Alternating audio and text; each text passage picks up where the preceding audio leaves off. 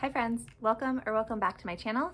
My name is Em, and today we are going to talk about my March TBR. If you saw my video where I picked my middle grade March TBR, this is an entirely different set of books. I don't know why I'm doing a middle grade March TBR and a regular TBR, because there are 7 books on that middle grade March TBR, but there are just so many books I want to read, and I end up treating my TBR not as a I will definitely read this list, but as a I need a visual reminder that these are the books I want to read. Otherwise my brain just cycles through all the titles and then I start to spiral a little bit. So I need that visual reminder. It's like doing a brain dump, you know, where the advice, if you're having a brain spiral for your to-do list, is just to write everything out so that it's no longer just like cycling through your head. That's what this is. So that's what we're going to do today. We're also going to do a real quick what I'm currently reading. And that includes a book that I am 95% sure I'm going to DNF today. So there's that. Let's do what I'm currently reading first, and then we'll do the TBR. And let's start with the book that I think I'm going to DNF. I think I'm going to DNF Can't Spell Treason Without T by Rebecca Thorne. Not because the book is bad, but because it is not what it is pitched to be. It is pitched to be a cozy fantasy a la Legends and Lattes, and while there are cozy aspects, this book has very high stakes. Our main characters have almost died multiple times, and I'm like 60-something% of the way through. And I am bored, which I don't know how I'm bored with high stakes. Well, I do know how I'm bored with high stakes. The reason I'm bored is that while I really like our 2 main characters, and I really like the relationship dynamic. I like that we have a couple that has been together for a little bit. And so, like I talked about with Bluebird in my February wrap up, I like having characters that have been together for a while, because those struggles and those communications are going to be very different than a couple that is just getting together. And I really like that. But what I am finding with this book is that the patterns and the conversations are starting to be a little repetitive. Like something really dire will happen to one of the women in this couple, and the other one will get angry because her partner like put herself at risk, and so then they'll have like a really great, by the way, the communication between these 2 is great. I love how well they communicate with each other. But so the one that wasn't in danger will get angry, and so then they'll have a confrontation, they'll have a conversation, and it'll start off as a fight, and then through the fight the other one will realize that she's being weirdly defensive, and they'll talk it out, and it will end really great, and then they'll basically like make lovey-dovey eyes at each other for, you know, the next page. And then a little bit will go by, and then the other woman will be in danger, and then the partner that's not in danger will get angry that she put herself in that situation, and so then they'll fight, and then it'll evolve into this really great conversation, and then they'll make up, and it just I'm on like the 3rd instance of this pattern. And while it's great conversation and I like that representation, I am fighting myself. I'm bored.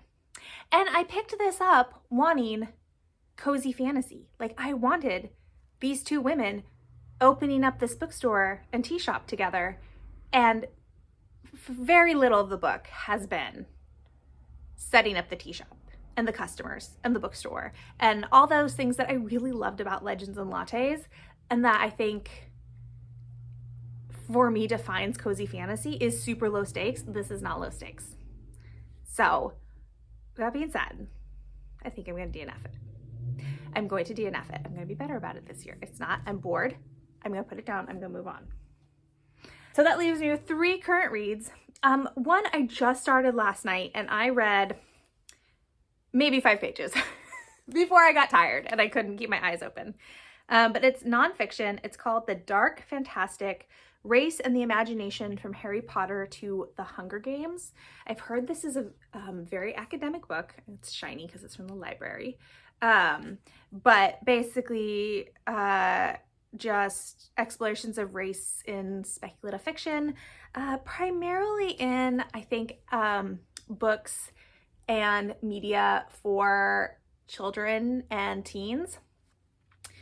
But it's not very long, and I think it'll be not a good time. I think I'll learn a lot, which I am definitely in the mood to learn something right now. Like, that's the kind of nonfiction I want, where I'm going to learn about something that I don't know a whole lot about. And then for middle grade March, I am halfway through A Bright Storm by Vashti Hardy. This is a super quick read. I just started it yesterday and I'm already 50% in, and I don't feel like I put that much time into reading it yesterday. But I'm having fun with it. And then I also started book 2 in the Burning Blade and Silver Eye series. This is Blood of the Chosen by Django Wexler. Book 1 is Ashes of the Sun. And that was a 5-star read for me last year. I absolutely loved that book. And this is just continuing on with where we left everyone in the first book. But can I show you the thing that made me so happy? And I don't know who in publishing we need to talk to get to normalize this, but I want this to become a thing we do. Okay, first of all, there's a list of characters and where they were at the end of Ashes of the Sun. So you can remember like how Wexler left everybody. And then there is a series recap. So Wexler basically wrote, is it 3 pages? 1, 2, 3, 3.5. 3.5 pages of what happened in Ashes of the Sun. I need that for every fantasy series. And maybe some sci-fi series. I would reread significantly fewer books if I got a series recap at the beginning of them. Like, and granted, I love a reread, but I don't always want to do a reread before I jump into a sequel. So please, Orbit, that's just brilliant. Can you please do that with all your books? Okay, thanks. So that's what I'm currently reading. So now I am going to pull the books that I want to read in March that are not middle grade. Also, I do have some library books that I picked up yesterday and went on a little bit of a library hold spree the other day because I'm trying not to buy as many books in March as I did in February. And the way I'm dealing with that is I'm placing a hold on just all the library books. So anyways, let's go pick out the books.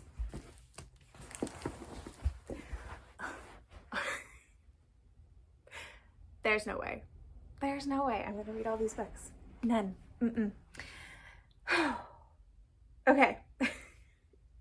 All right, first of all, I did get in The Mighty Heart of Sunny St. James. This is for middle grade March. I talked about this in that TBR video. This is the last of Ashley Herring Blake's middle grade that I have to read.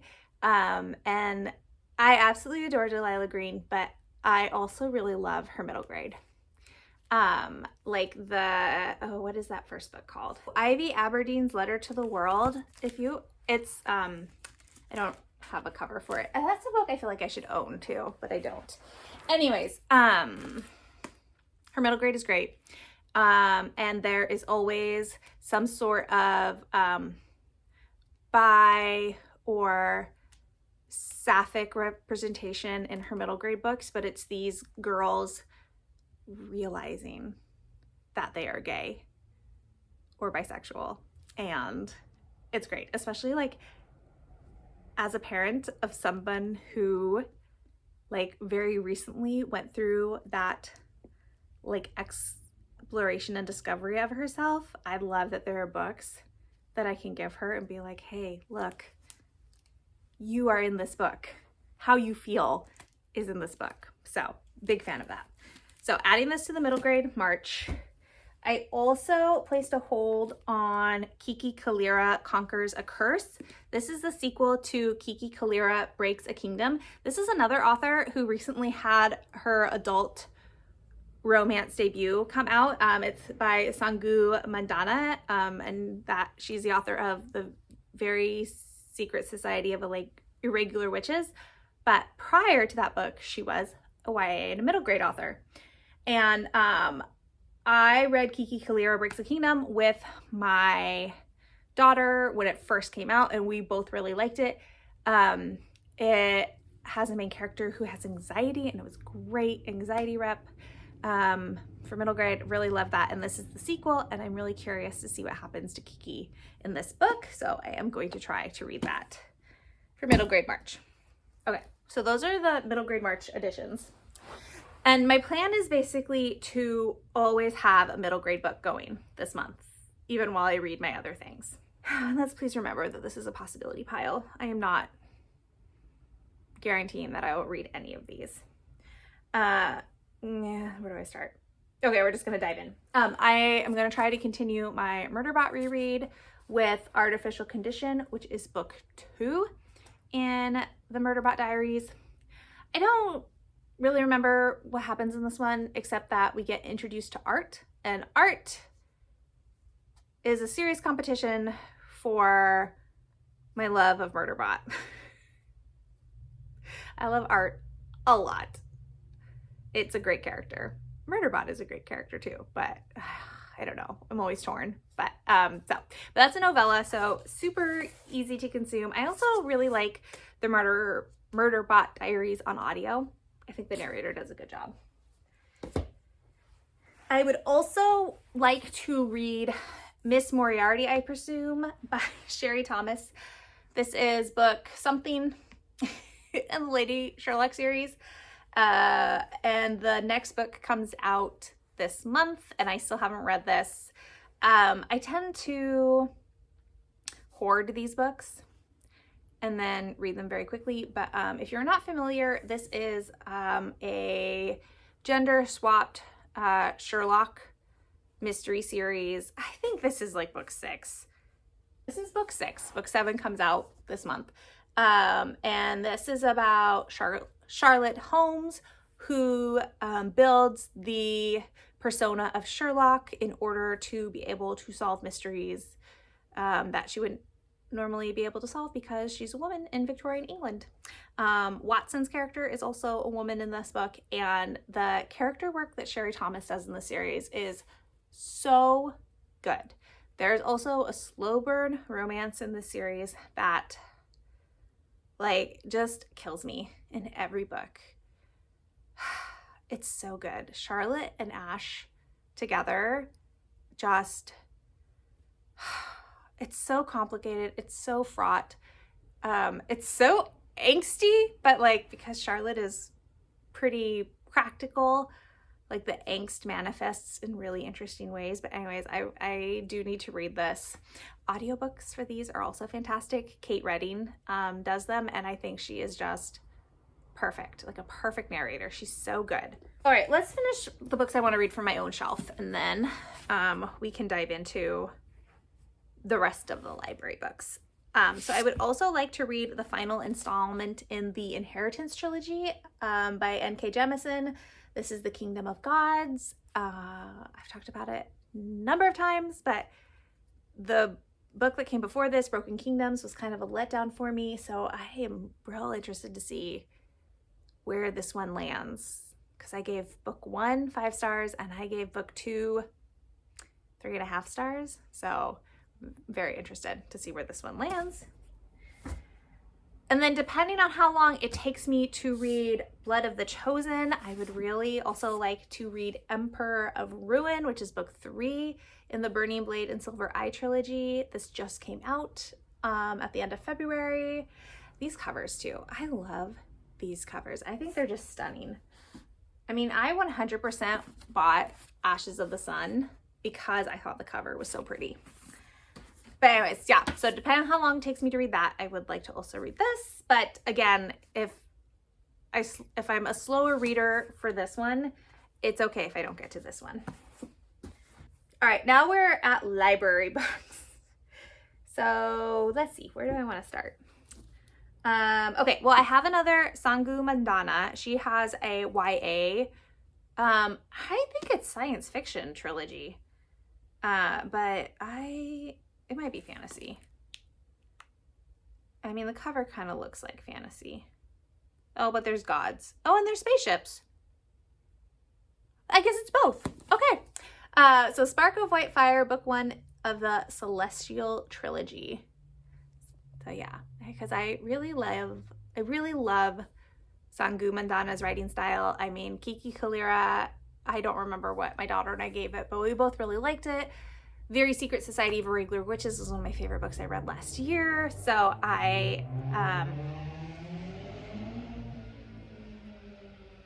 okay. Anyway, so I'm interested to see if her YA lands as well as her middle grade and her adult book did. Okay, this is a big maybe. Big maybe. Also, I don't know why I didn't know this book was this chunky, but this is like obscene how big this book is. But it's Malice by John Gwynne. I got this from the library because I have the audiobook on my Libro FM account, and I am really liking reading big fantasy books while listening and doing an immersion type thing.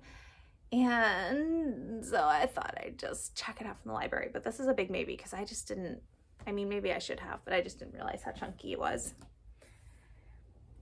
And then for Stephanie Bookish's Patreon, the book club book for this month is The Vanished Birds by Simon Jimenez.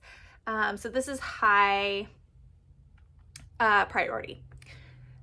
This one I will almost definitely read. I've also had Simon Jimenez on my radar for quite a while, and I have heard really great things about his books, and I'm really excited to finally have read one. And then these last two are also big maybes. They're not super high. The first one is Saint Death Daughter by C.S.E. Cooney. I have read one of her novellas, Desdemona and the Deep, and I really liked it.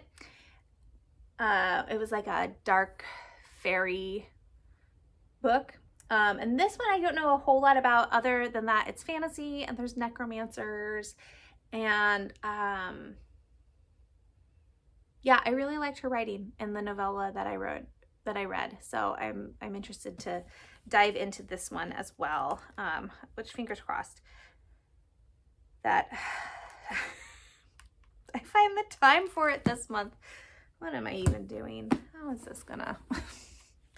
All right, and the last book on this possibility pile is The High Mountain Court by A.K. Mulford.